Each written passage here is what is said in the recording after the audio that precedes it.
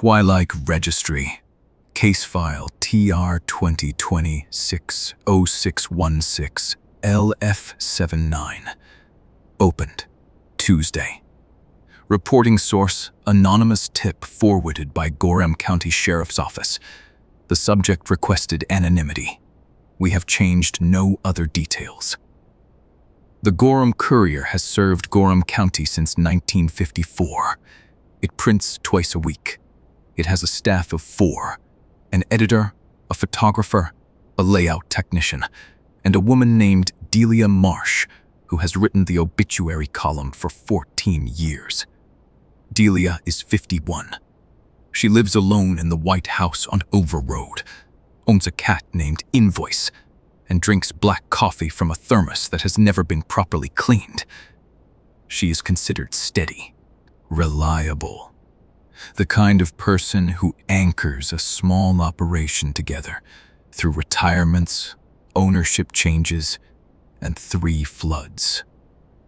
The anomaly was first documented on a Wednesday in October, 3 years ago. A man named Charles Pruitt, age 78, retired school teacher and 3-time county fair pie contest judge, arrived at the Courier's front office in a state of considerable agitation. He placed a copy of the previous Friday's Courier on the counter, folded to the obituary page. His own name was printed there, in Delia's column, with his correct birth year, his correct address, his correct list of survivors. 2 daughters, 1 son-in-law, and a dog named Rutger, and a cause of death listed as sudden cardiac event. Charles Pruitt was not dead. He had read his own obituary over breakfast. He had then driven to the Courier's office and was now requesting, at considerable volume, an explanation. Delia was called to the counter. She read the obituary. She read it twice. She said quietly that she didn't know how it had gotten there. The editor, a man named Harrington, checked the layout files. The obituary had been submitted through Delia's desktop account at 11:17 on the previous Wednesday evening. Delia said she had been home. The office had been empty. The door had been locked. Charles Pruitt did not die that day. He went home, ate lunch, called his daughters, and went to bed early. He died 4 days later. Cardiac event. In his kitchen at 8:15 in the morning. The Courier ran a correction.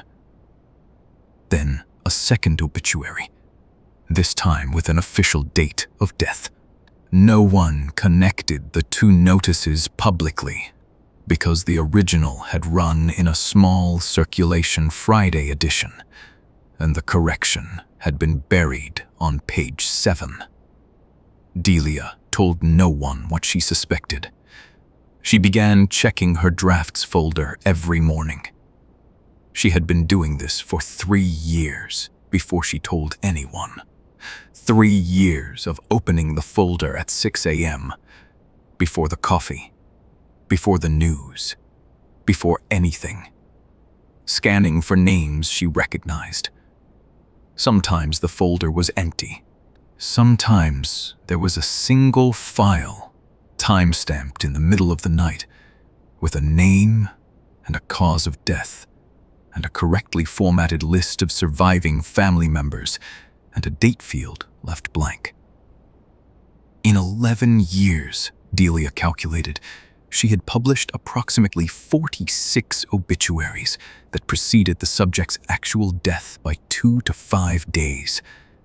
She arrived at this number by going through the paper's archives, cross-referencing names with county death records, and building a spreadsheet she kept on a USB drive she stored inside a coffee mug on the top shelf of her bedroom closet. She had not written any of those obituaries. Or rather, she had written them technically, in that they had appeared under her name, from her account, in her established voice, the spare, respectful cadence she had developed over 14 years. But she had no memory of writing them. No notes, no background research, no phone calls to family members for quotes, which she normally made as a matter of professional principle. The information in every pre-death obituary was accurate. Not approximately accurate. Exactly accurate. The causes of death matched the death certificates. The survivors matched the funeral home records. In one case, the obituary listed a surviving granddaughter who had only been born 6 weeks before the subject died. A child the family had not publicly announced. The obituary named her. Delia had considered several explanations. She had dismissed each of them in turn. She did not sleepwalk. She had checked. She did not drink. She had no history of dissociation. She had seen a physician who found nothing. She had changed her computer password 9 times, relocked the office door, and installed a motion-activated camera above her desk that pointed directly at her monitor. On the 4 occasions when a new pre-death obituary had appeared during the camera's operational period, the footage showed nothing. Her chair was empty. The monitor was dark. The timestamp on the file did not match any period when the monitor had been active. She reported this to no one for 3 years because she believed, with a certainty she could not fully explain, that reporting it would make it stop, and that stopping it would be worse than continuing. Twilight Registry has not been able to determine what she meant by this. What we know is that last Thursday, Delia opened her drafts folder at 6 a.m. and found a new file. The name at the top of the file was her own.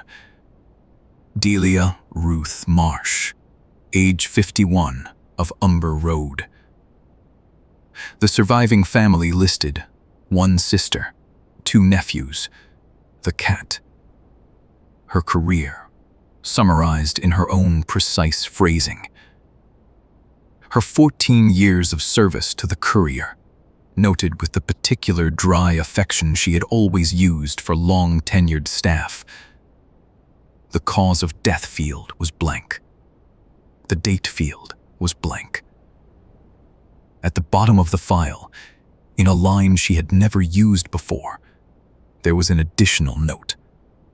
A line that appeared in none of the other 46 pre-death obituaries. It read, "Take the rest of the week off. Delia sent us this report on Thursday afternoon." She attached the file. She has not contacted us since. We have called the Gorham Courier. Harrington told us Delia did not come in on Friday. She didn't call. He said it wasn't like her. He said it wasn't like her at all.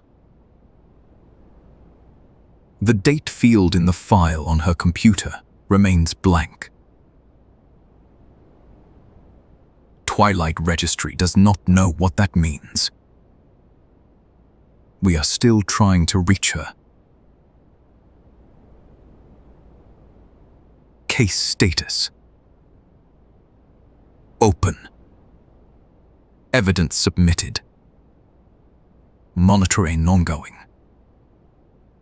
This is the Twilight Registry.